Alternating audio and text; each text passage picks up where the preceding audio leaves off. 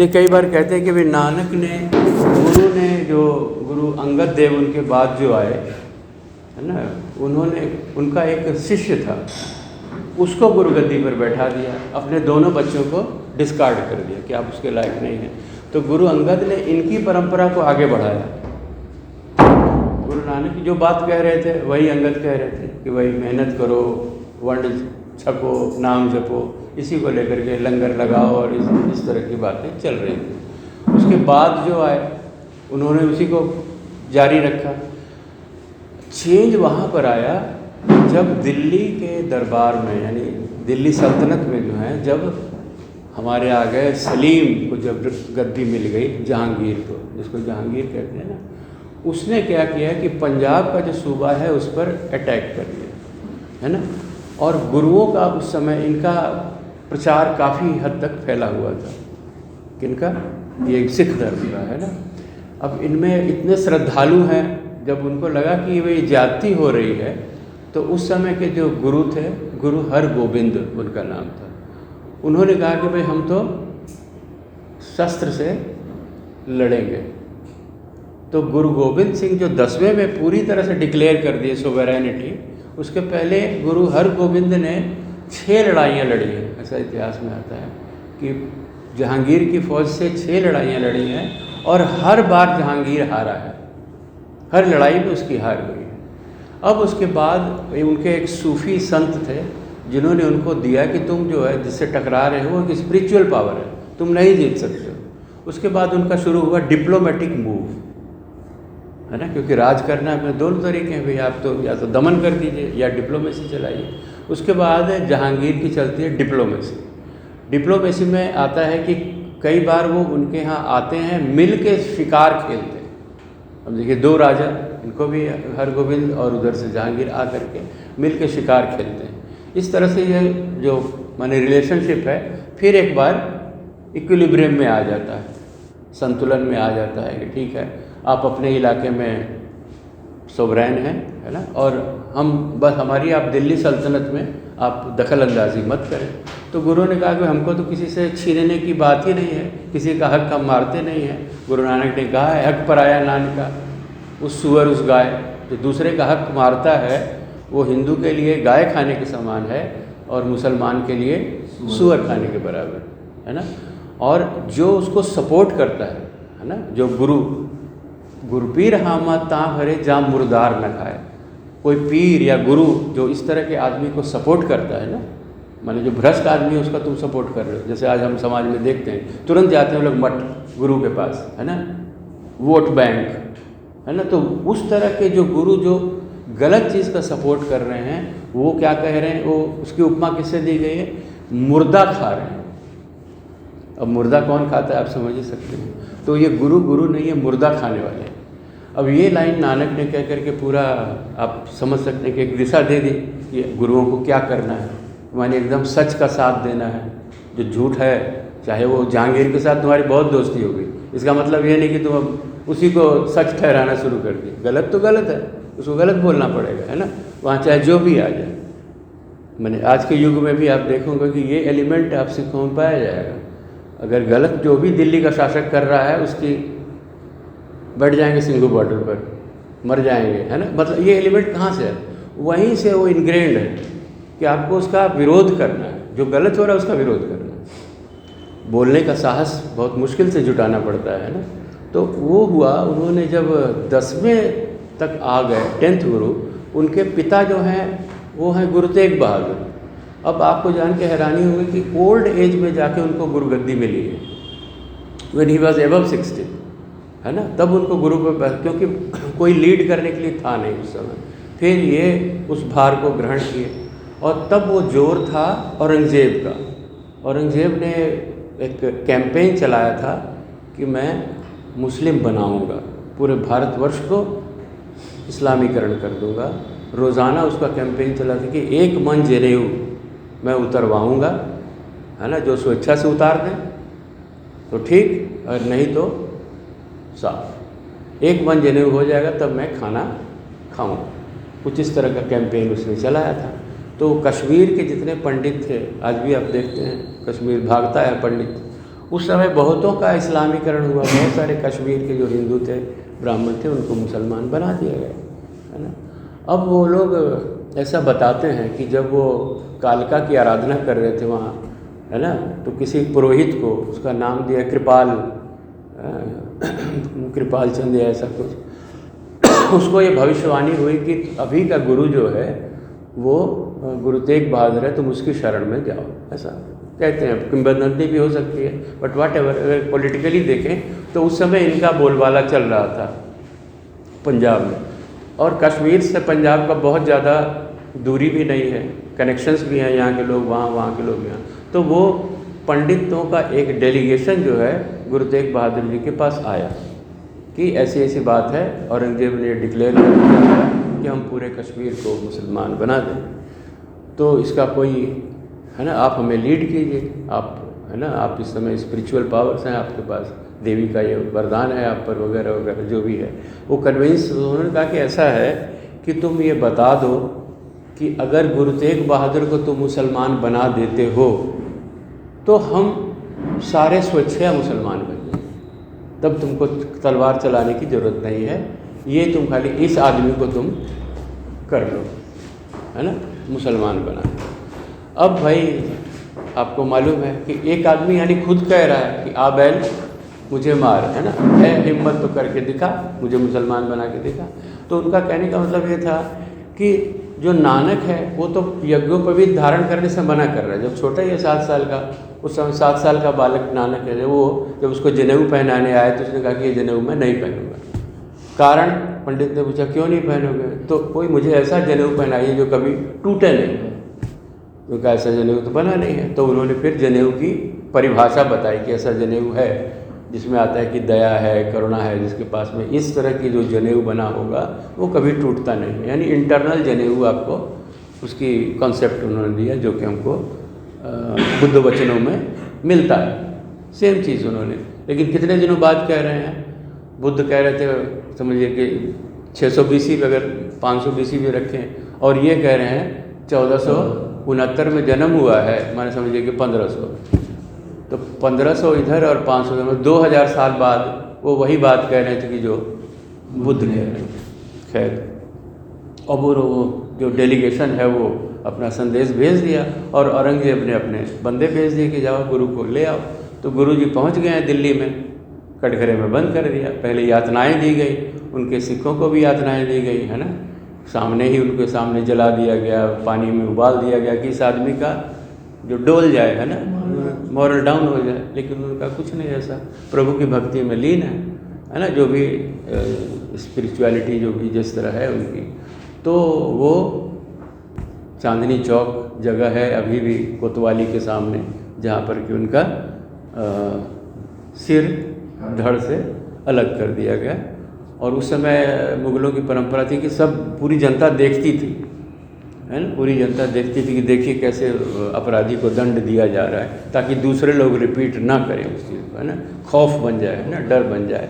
ये इतने बड़े गुरु का इस तरह से शीश उड़ाया जा सकता है, तो आम आदमी तो फिर बन जाए मुसलमान, नहीं तो यही होने वाला है ना, जब तुम्हारा गुरु नहीं बना उसको सिर उड़ा दिया। तो खैर, इस तरह का एक माहौल हिंदुस्तान में बन चुका था। तो गुरु गोविंद सिंह उस समय 13 साल के थे, मात्र 13 ईयर्स ओल्ड बॉय। और आपको मालूम है उनका जन्म कहाँ हुआ है? पटना साहिब में हुआ है ना, बिहार में। और बिहार कहाँ से पहुँच गए? पंजाब से। तो ऐसा है कि भाई ये गुरुजी जो हैं, उनके पिता अपने परिवार के साथ, क्योंकि सारे गुरुओं में है कि भाई परिवार रखना है, फैमिली रखनी है, फैमिली के बिना कोई गुरु नहीं। वो उधर ट्रैवल कर रहे हैं, उधर उपदेश देते हुए जा रहे हैं। और शी वॉज प्रेग्नेंट, उनकी वाइफ, तो उनको वहाँ एक उनका भक्त था, उपासक था, उनके घर पर छोड़ दिए और वो खुद असम की तरफ निकल गए, ऐसा आता है। तो बालक जब ये बड़ा हो रहा है तो वहीं पर जो उसका शस्त्र वाला है वो वहीं पर सीखा उन्होंने, अपना शस्त्र चलाना वगैरह। करीब 8-10 साल के जब हुए हैं तब वो अपने आनंदपुर साहब, जहाँ उनके पिता हैं, वहाँ पर आए हैं, है ना। उसके बाद तो फिर उनको दायित्व संभालना है ना, क्योंकि गुरु तेग बहादुर गुजर गए हैं। तो उन्होंने उसको ऐसे संभाला है कि उन्होंने कहा कि अब हमारे पास और कोई रास्ता नहीं है, है ना। वो एक 2 लाइनों में उन्होंने लिखा भी है फारसी में कि जब सारे रास्ते बंद हो जाएं तो यही एक रास्ता है कि हम शमशीर उठाएं। शमशीर मतलब तलवार उठाएं। फिर उन्होंने मिलिटराइजेशन शुरू कर दिया। जो भक्त आते थे, उनके उपासक आते थे, उनसे यही कहा कि भाई हमारा जो आनंदपुर साहब है, किला बंदी हो गई, यही हमारा राज्य है। खालसा राज्य उसको नाम दे दिया कि हम सोवरेन हैं, हम किसी के अंडर नहीं हैं, किसी को टैक्स नहीं देंगे। और उस समय ऐसा बताते हैं कि औरंगजेब ने ये फरमान जारी किया होता कोई भी हिंदू शस्त्र नहीं रखेगा, माने तलवार और जिस तरह की। तो इन्होंने कहा कि हम जितने भी हैं हम सारे शस्त्र रखें। तो शस्त्रधारी बना दिया।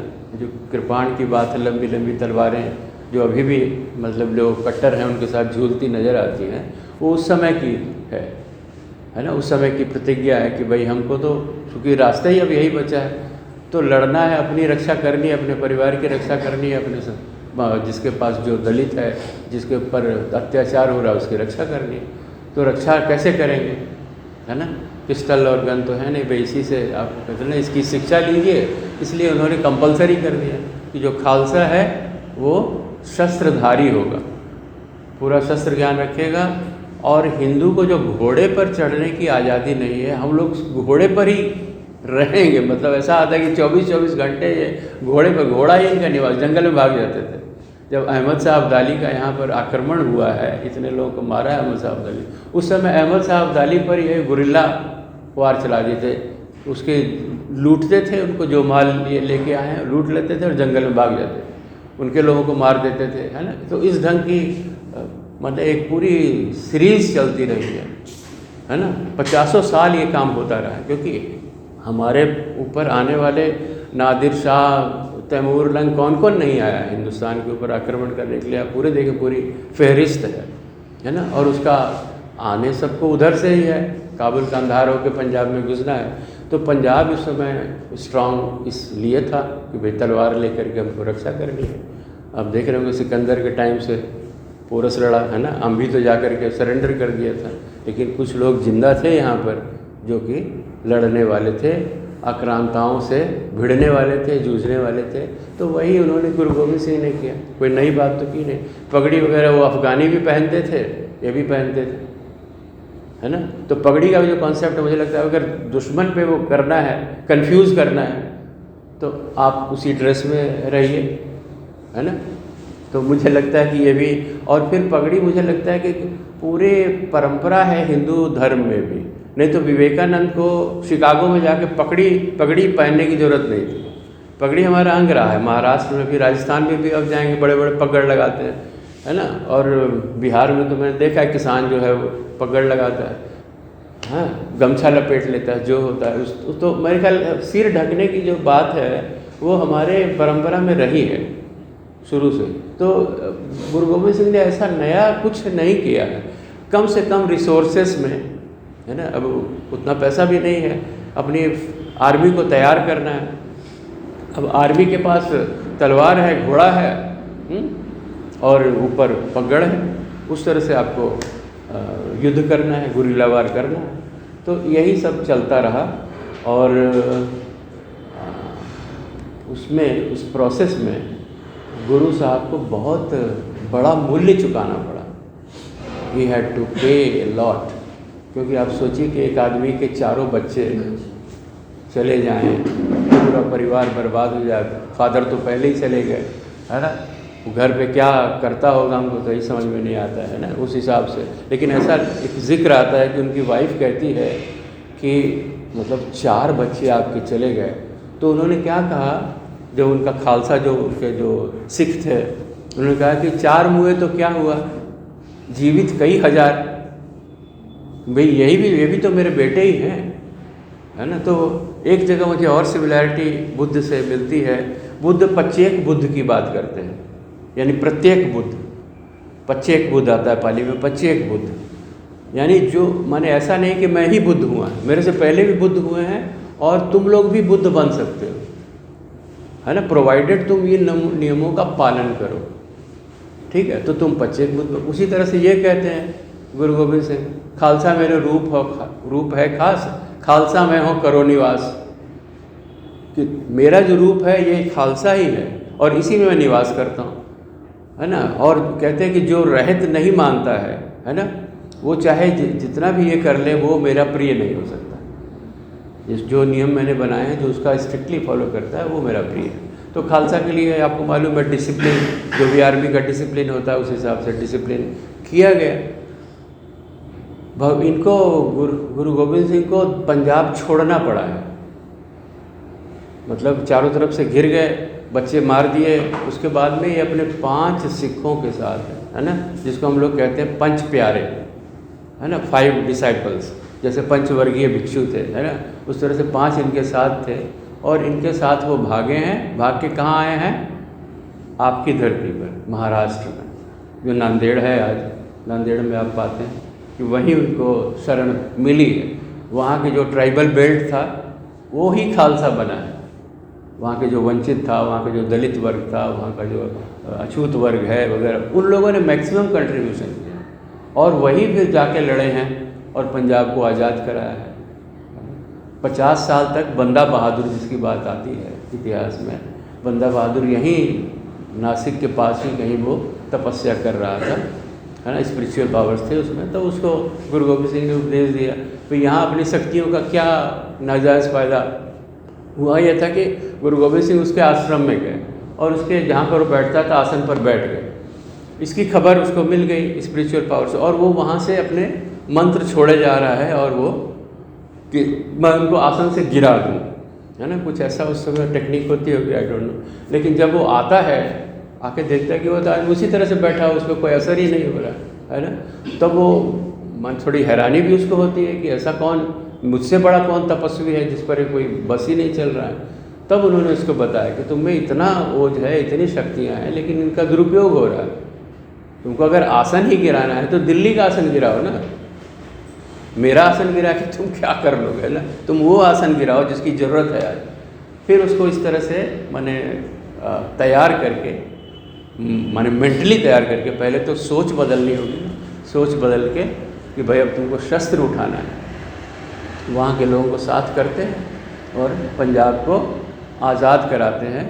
और फिर यही बंदा बहादुर 50 साल तक शासन करता है ना, शासन करता है। लेकिन उसके बाद में फिर इसको शहीद होना पड़ता है। और इसकी शहीदी जो है, आप महरौली में जाएंगे ना, कुतुब मीनार के पास एक जगह है महरौली, वहाँ वो अभी भी जगह बनी हुई है जहाँ इसको बहुत ही अन्यायपूर्वक, बहुत ही कष्ट दे दे करके ऐसा बताते हैं कि इसका मांस नोच नोच के गरम उससे क्या उसको कहते हैं, जो टोंग्स होते हैं, गरम टोंग से खींचा जाता था और इस तरह से बहुत इसको यातना दे के शहीद किया गया। तो मतलब देखें एंड कहाँ पर हो रहा है।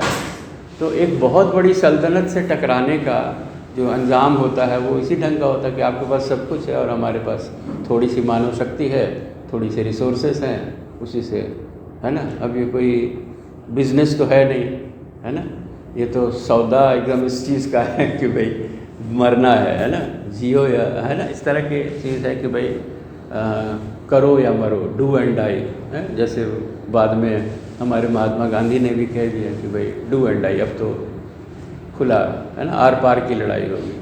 तो यही होता रहा है। और हम दुर्भाग्य से जो हम लोगों का रहा है ना कैरेक्टर, है ना, वो यही रहा है कि हम लोग में से कुछ आदमी टूट के दुश्मन को बता देते हैं, है ना, वो उसके मुखबिर बन जाते हैं, सूचनाएं दे देते हैं। माने ये पृथ्वीराज और जयचंद के ज़माने से आप देख रहे हैं कि पृथ्वीराज को हराने में जयचंद का बहुत बड़ा रोल है।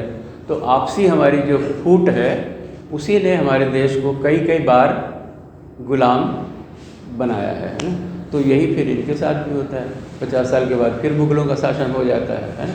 फिर अल्टीमेटली तो आपको मालूम है इतिहास, ईस्ट इंडिया कंपनी आती है जो कि बहुत पहले से चक्कर लगा रही थी, उधर दमन दीव से गुजर रहे थे, है ना, पुर्तगाली, है ना, इस तरह से, और उधर कलकत्ते से गुजरे जॉब चरनाग। तो इस तरह करके करके वो फिर जो हुआ है वो तो पूरा एक अलग से चैप्टर है। मुझे लगता है कि और कोई नहीं आएगा तो न्याय करते हुए कि भाई आपको तो जातक कथाओं के बारे में बताना था, तो कोई प्रश्न हो इतने अंश में तो आप पूछ लीजिए। क्योंकि फिर शायद हो सकता है किसी सिख से आपको बात करने की मौका मिले ना मिले, है ना। कोई प्रश्न भी आपके दिमाग में है जो सिखों से संबंधित है तो मैं क्लियर कर देता हूँ। पर मुझे बहुत अंतर बुद्ध और इनमें नहीं नज़र आता है, क्योंकि गुरु गोविंद ने जो बात की है, हिंसा की बात की है, वो आखिरी औजार की तरह, जिसको शायद गीता में भी इसी तरह से कहा गया है। एनीवे, बुद्ध ने भी ऐसा कहा है क्या कि हिंसा करो? कहीं सुना है आपने, कहीं देखा हो, कहीं किसी किताब में, है ना।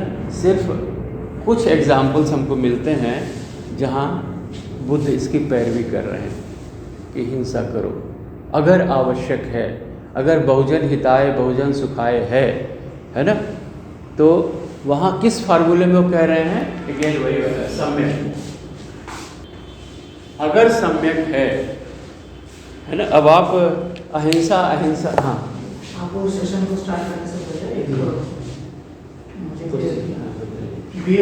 वालों को लेकर क्या मान्यता है सिख समुदाय? बहुत बड़े सवाल आपने किया।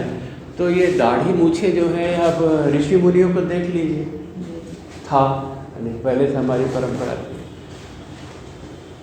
रामायण तो इधर बनी है ना। और जो राजा राम के जो फादर हैं, क्या नाम था उनका? दशरथ को कैसे डिपिक्ट किया जाता है? दाढ़ी मूंछों में डिपिक्ट किया जाता है ना। मैं तो बड़ी अजीब मुझे लगता है, वैसे क्या तुम्हारी मजबूरी है, उसको भी दिखाओ। लेकिन कुछ ऐसा है कि हमारे यहाँ ये एक निशानी थी बाल और दाढ़ी रखने की, जैसे अफ़गानी लोग रखते हैं, उनकी क्या मजबूरी है ना।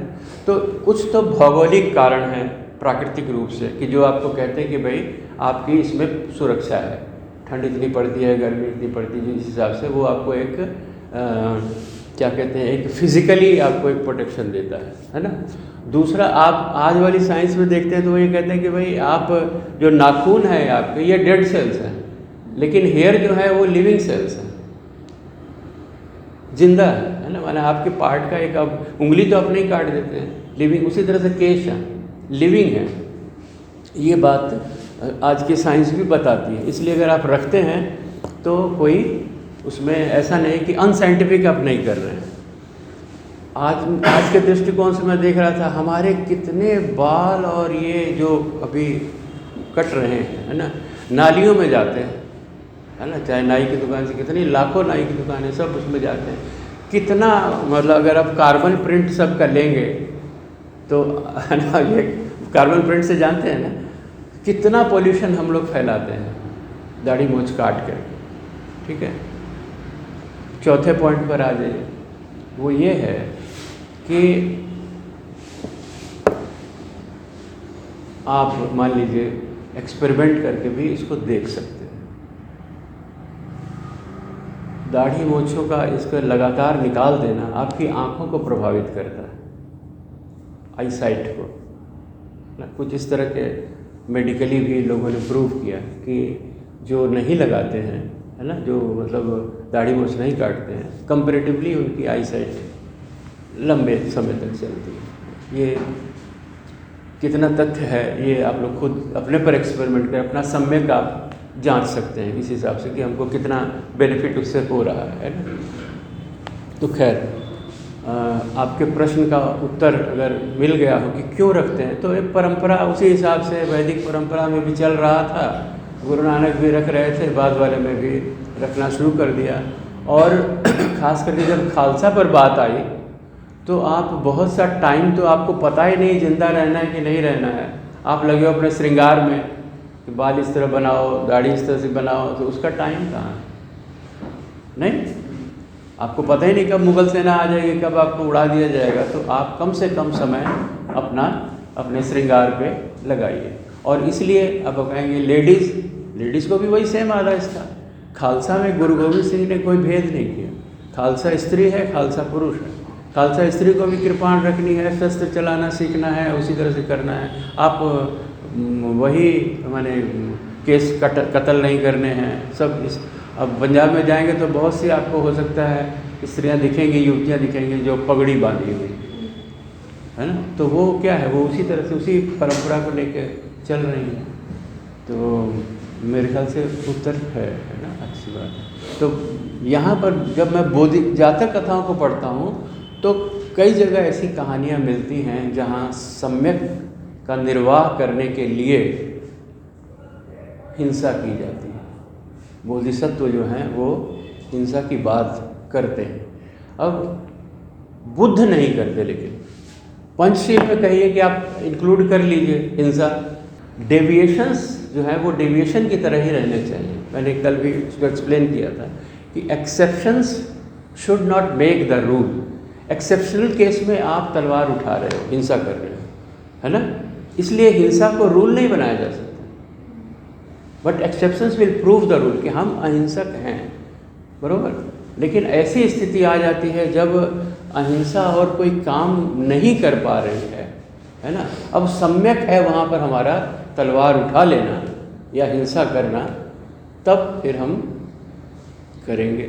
अब अगर डॉक्टर से कहा जाए कि तुम काटो ही नहीं उसको, चीर फाड़ ही मत करो क्योंकि ये तो हिंसा होगी, तो वो इलाज नहीं कर पाएगा। सम्यक है वहाँ पर उसकी चीर फाड़ कर देना, उसको काट करके वो चीज़ निकाल देना वहाँ से, है ना। तो कुछ इसी तरह के आप समाज को भी समझ सकते हैं। दुष्ट आदमी जब नहीं आ रहा है उसको निकालना ही पड़ेगा, तभी सही होगा, है ना। समाज का जो है शरीर तभी ठीक होगा। तो वहाँ पर थोड़े सा चीर फाड़ करके उतनी ही मात्रा में जितना ज़रूरी है ना। पूरा शरीर मत काट दिए कि धड़ से ऊपर सिर ही निकाल दीजिए, जितना जितना ज़रूरी है उतना निकाल दीजिए, ठीक है। तो खैर हम लोग आ जाएं फिर अगली कहानी पर। अब थोड़ा बिजनेस रिलेटेड बातें कर लें।